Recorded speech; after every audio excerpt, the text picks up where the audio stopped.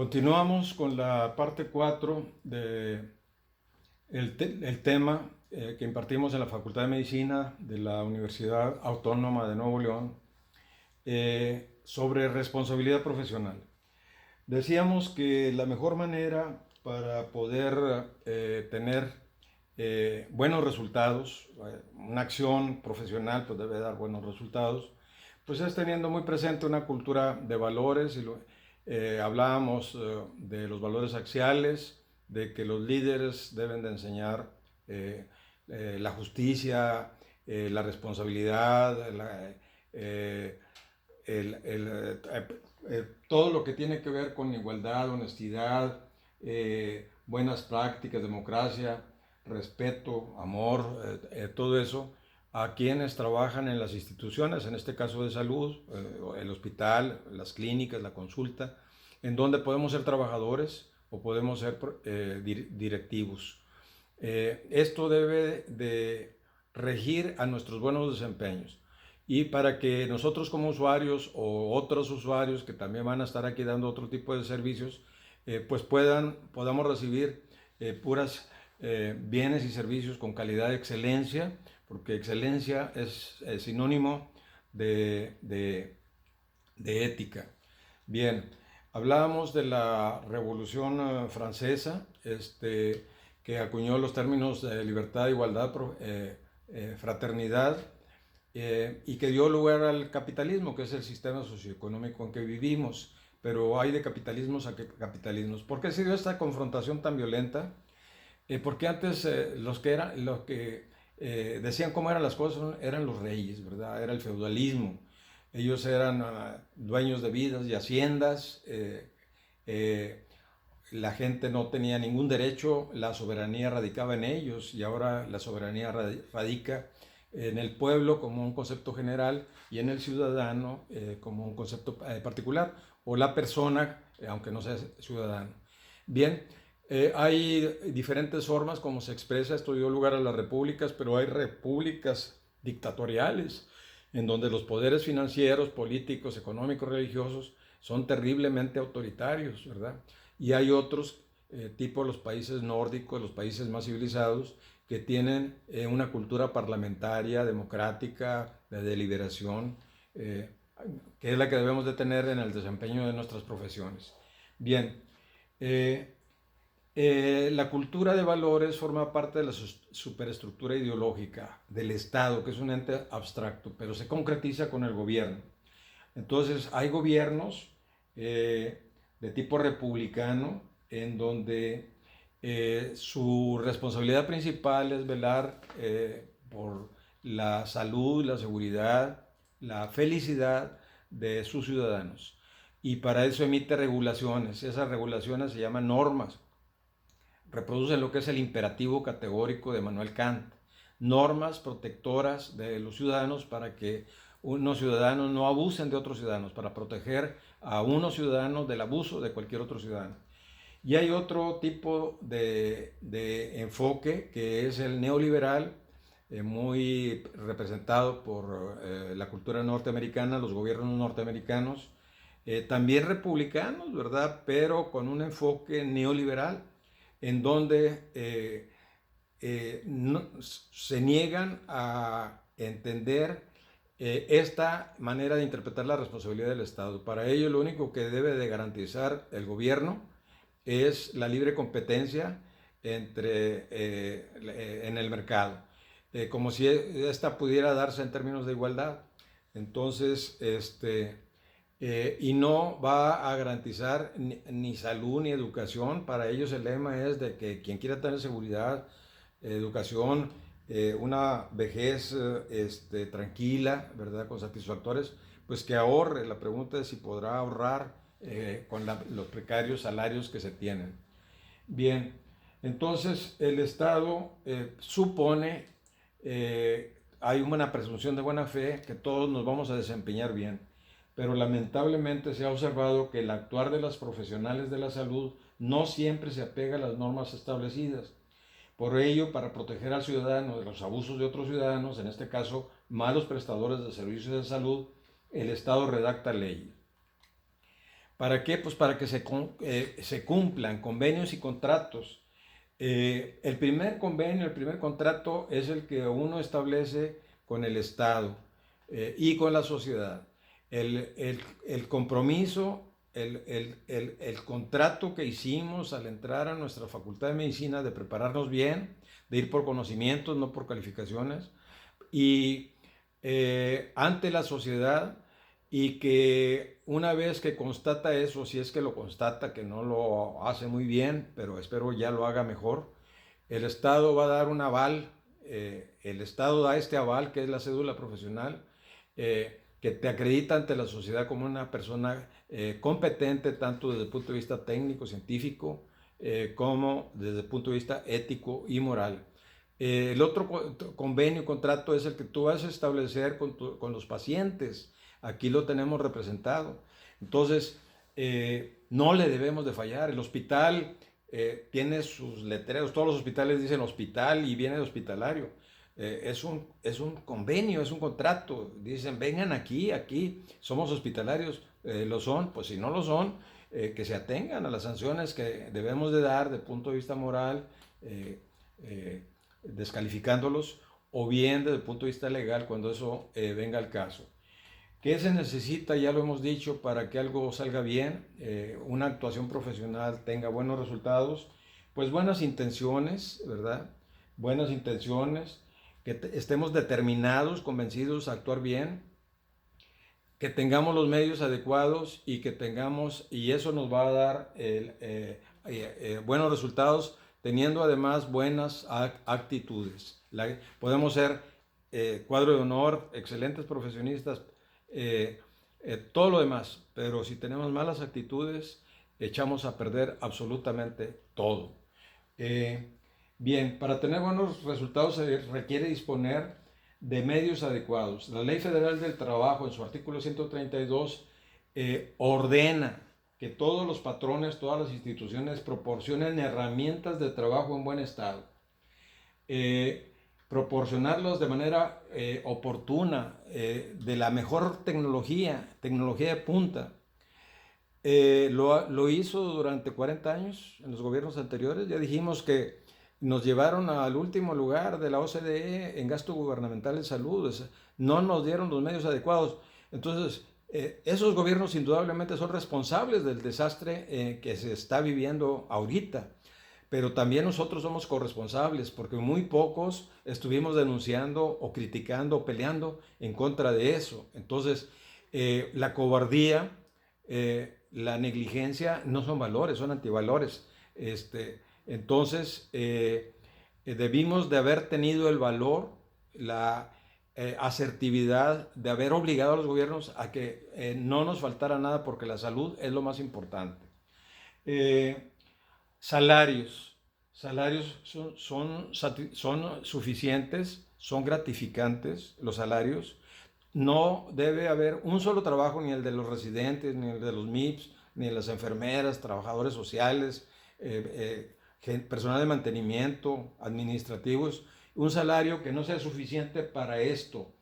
La Ley Federal del Trabajo y en el 123 constitucional señala, un salario deberá ser suficiente para satisfacer las necesidades normales de un jefe de familia en el orden material, social y cultural, y para proveer a la educación obligatoria de los hijos. Quiero decirles que el salario mínimo general es de 123 pesos para el país, y que da 3.696 pesos mensuales. Un jefe de familia, un padre de familia, hombre o mujer, podrá mantener a su familia con 3.600 pesos mensuales. Pues esto resulta que están castigando a la actividad más digna, que debería ser más generosa, más valiosa de una sociedad. La están castigando, y han premiado durante muchos años a los giros negros, a todo lo que sea usura, especulación, tráfico de todas las cosas, ¿verdad? En la zona fronteriza, 185 pesos diarios, 5.566 pesos al mes, 5.500 en la frontera. Y eso que entrando López Obrador dio un aumento de 17%, o sea, antes estábamos peor. Bueno, y con los médicos, ¿cómo está la cosa? El salario médico promedio, pueden checarlo ustedes en la red, general en el 2019 para los médicos era de 12,149 pesos mensuales. Todas las matadas que nos dimos, posgrado, desveladas, guardias, para que nos ofrezcan 10,000, 12,000 pesos mensuales. Y eso nos coloca entre las 10 carreras mejor pagadas. Estoy hablando del sistema capitalista que explota a todo el mundo, incluyendo a nosotros que nos sentimos muy acá, ¿no? Muy clase media, alta, que nos molesta que nos digan que pertenecemos a la clase trabajadora. Pues claro que pertenecemos a la clase trabajadora y nos tratan tan mal como a ella. El promedio de todas las profesiones es de 10,500 pesos, eso era en el 2019. Es decir, menos de 5 salarios mínimos. Entonces, pues claro que hay resentimiento, eh, no me gratifica ni con lo necesario para vivir con dignidad. Tengo que trabajar yo, tengo que trabajar doble turno, tiene que trabajar mi esposa, los hijos, ¿verdad? Pues cómo podemos estar contentos. Y si no estamos contentos, podemos tener buenas actitudes, asertividad con el trato con los pacientes. Entonces, a lo que llego es que estamos hablando ya de las condiciones estructurales que determinan el que hayan malos desempeños, desempeños no satisfactorios. Tenemos que modificarlos. Esto es un sistema injusto, social injusto, ¿verdad? Y que nos pagan así porque así dicen las leyes de la oferta y la demanda.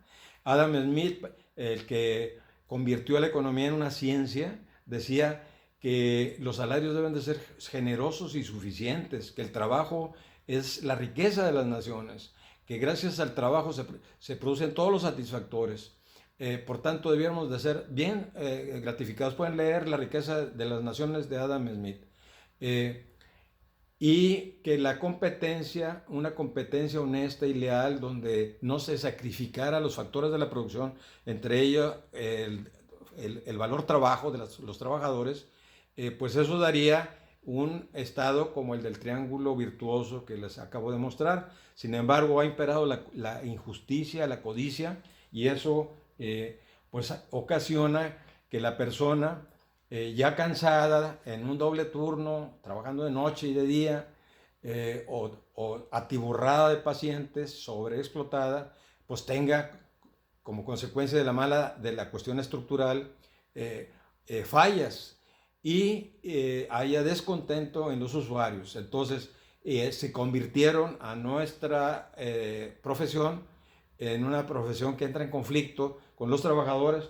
Entonces, si estamos viendo cuánto le pagan a los trabajadores, ¿verdad? 5,000, 3,600 pesos mensuales, pues ¿cómo queremos tener éxito en una consulta privada?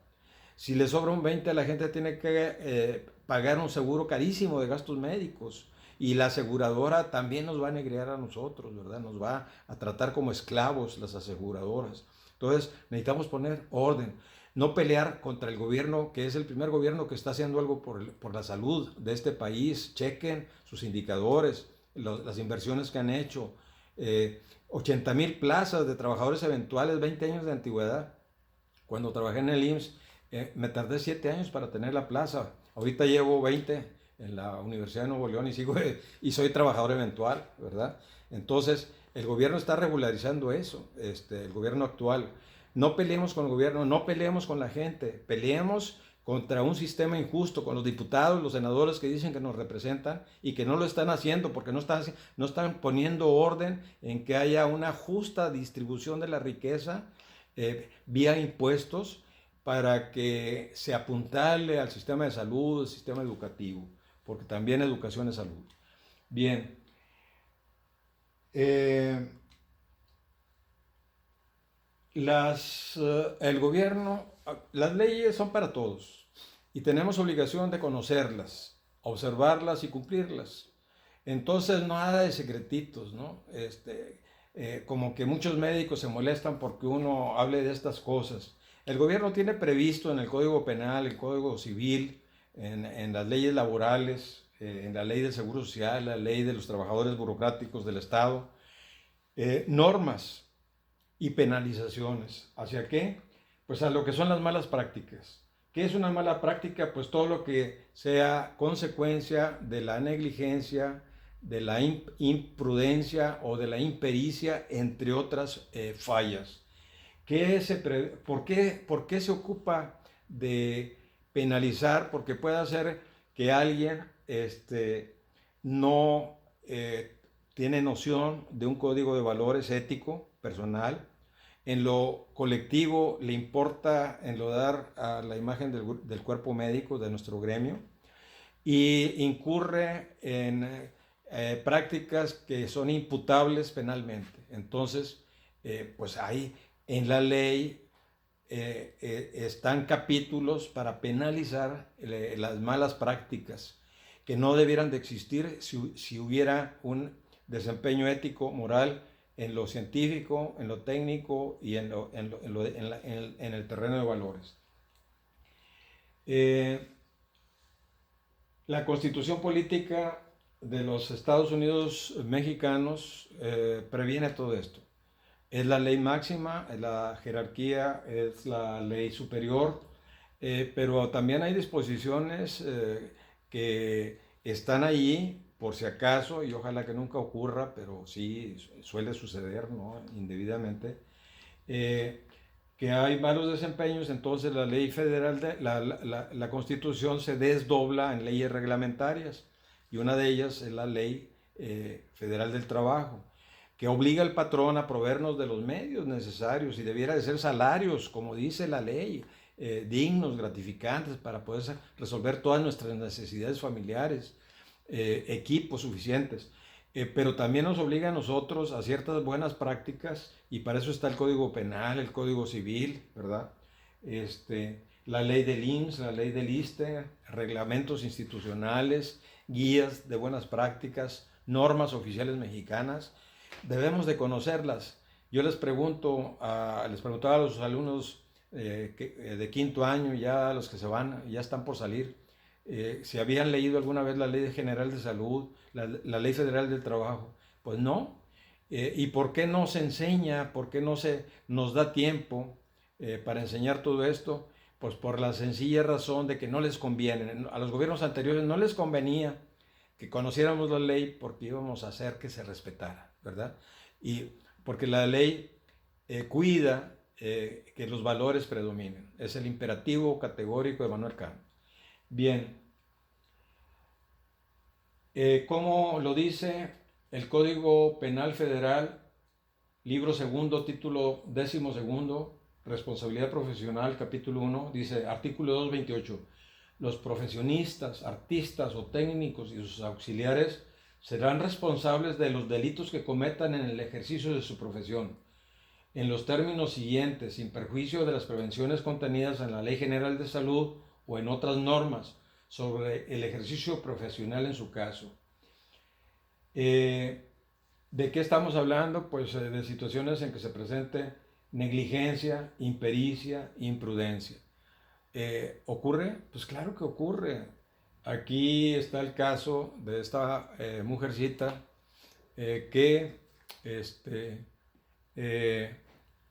eh, tuvo el infortunio de tener su parto, un parto normal, eutóxico, ¿verdad? Pero la placenta no salía. Entonces el médico, no viene el nombre de la paciente, ni tampoco del médico, ni de la institución, porque además esto ocurre con alguna frecuencia. Pues se puso a tironear el cordón, ¿verdad? Umbilical.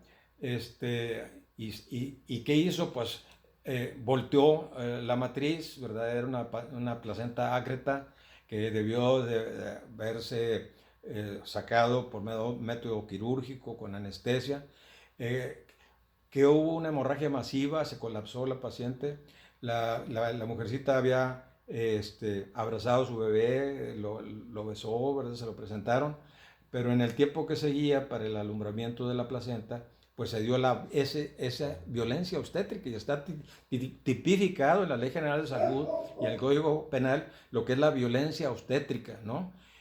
Bueno, ese es un ejemplo. Tuve otro caso en lo personal en donde mandaron a una paciente a programación de cesárea porque venía atravesadito su bebé, en términos coloquiales, ¿verdad? Transversa. Y el médico, pues, entra en trabajo de parto la señora, va al hospital que le tocaba, del sector salud, el médico la recibe, un ginecobstetra graduado, con experiencia, y quiere lucirse con los residentes y les dice que va a enseñarles a hacer una maniobra de gran versión que se usaba cuando no había anestesia en tiempos primitivos, ¿verdad? Maniobras que rompían muchas veces la matriz y fue lo que pasó, ¿verdad? Haciendo esa maniobra le rompen la matriz a la mujer, por poco se muere, casi en vivo la abren para sacar la matriz, era su primer bebé, la bebé sobrevivió pero quedó con daño cerebral irreversible de por vida. Voy como perito, informo lo que debo de informar, que fue una práctica negligente, irresponsable, imprudente, ¿verdad? Y le piden opinión al colegio correspondiente de médicos. ¿Y saben qué?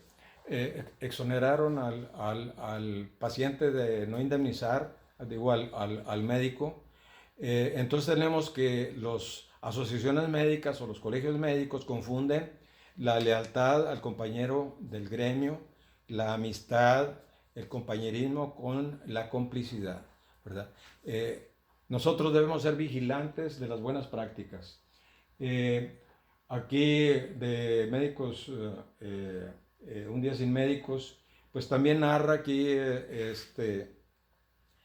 cómo le toca asistir a una operación de apéndice sin los justificantes clínicos, ¿verdad?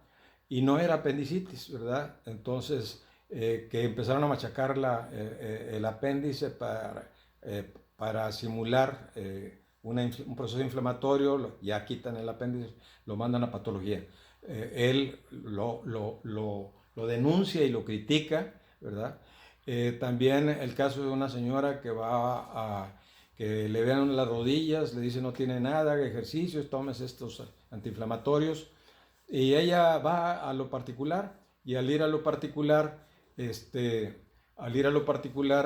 pues el médico le dice que tiene hecha garras, coloquialmente, las rodillas, que necesita operarla de inmediato.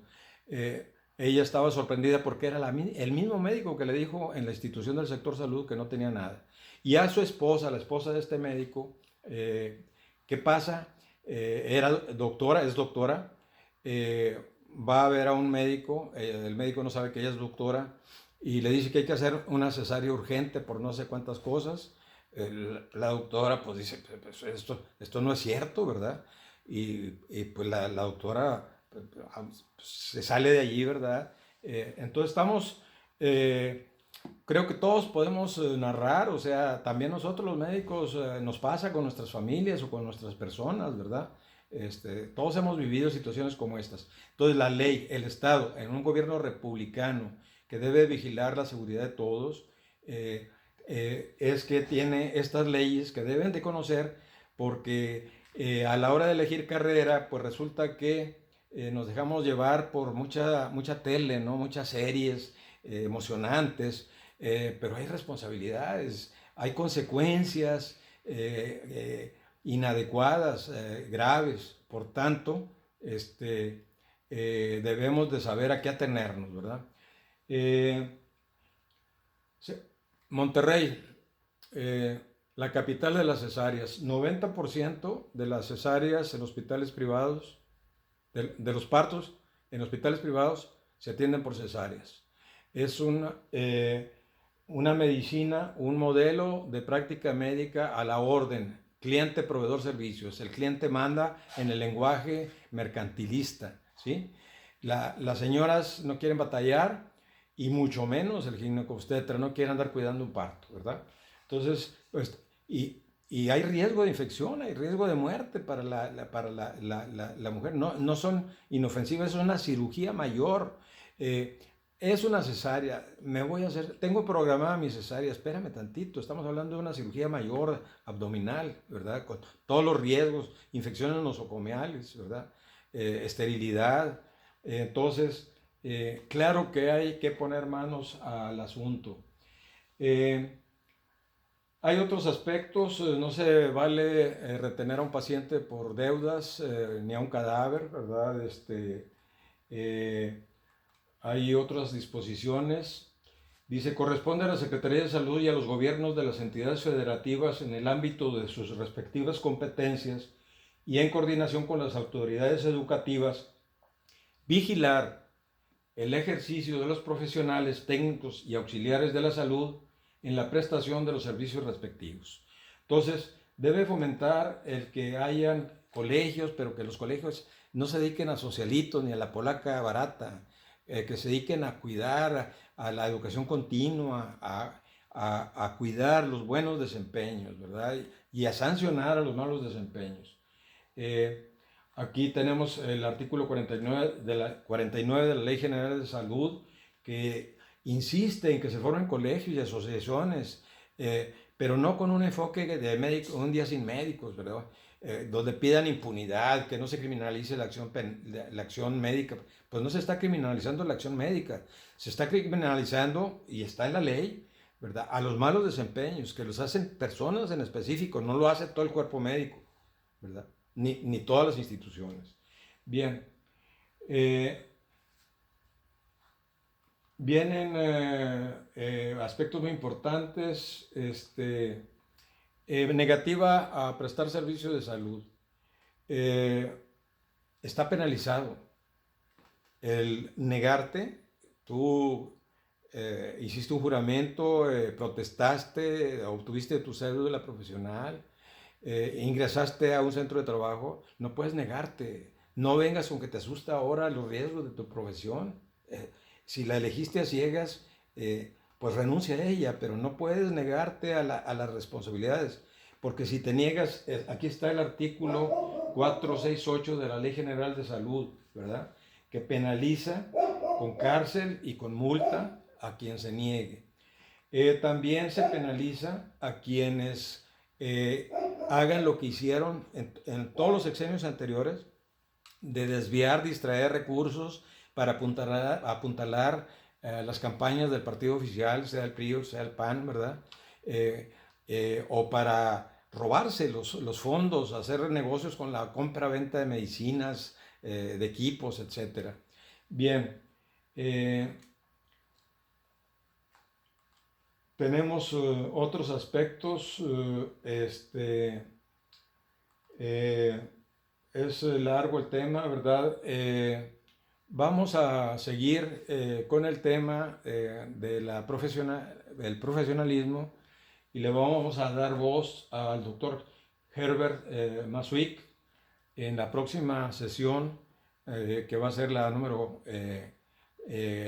5 de responsabilidad profesional, respecto a qué es lo deseable en la práctica de un trabajador de la salud, especialmente un médico, o una doctora.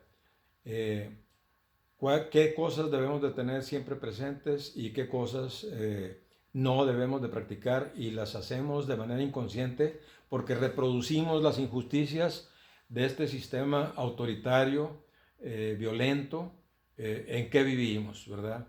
Que lo único que le interesa es que generemos riqueza para el beneficio de unos cuantos, ¿no? Y el sacrificio, el sufrimiento de todos los demás. Los espero en la siguiente edición, en el siguiente videíto, que es el número 5 de esta serie de responsabilidad profesional. Muchas gracias, y que todo esto sea para bien. Doy educación a los médicos, pero también esto es para la población. La ley es para que la conozcan los trabajadores del sector salud y la población, para que si no respetan estos derechos, los trabajadores del sector salud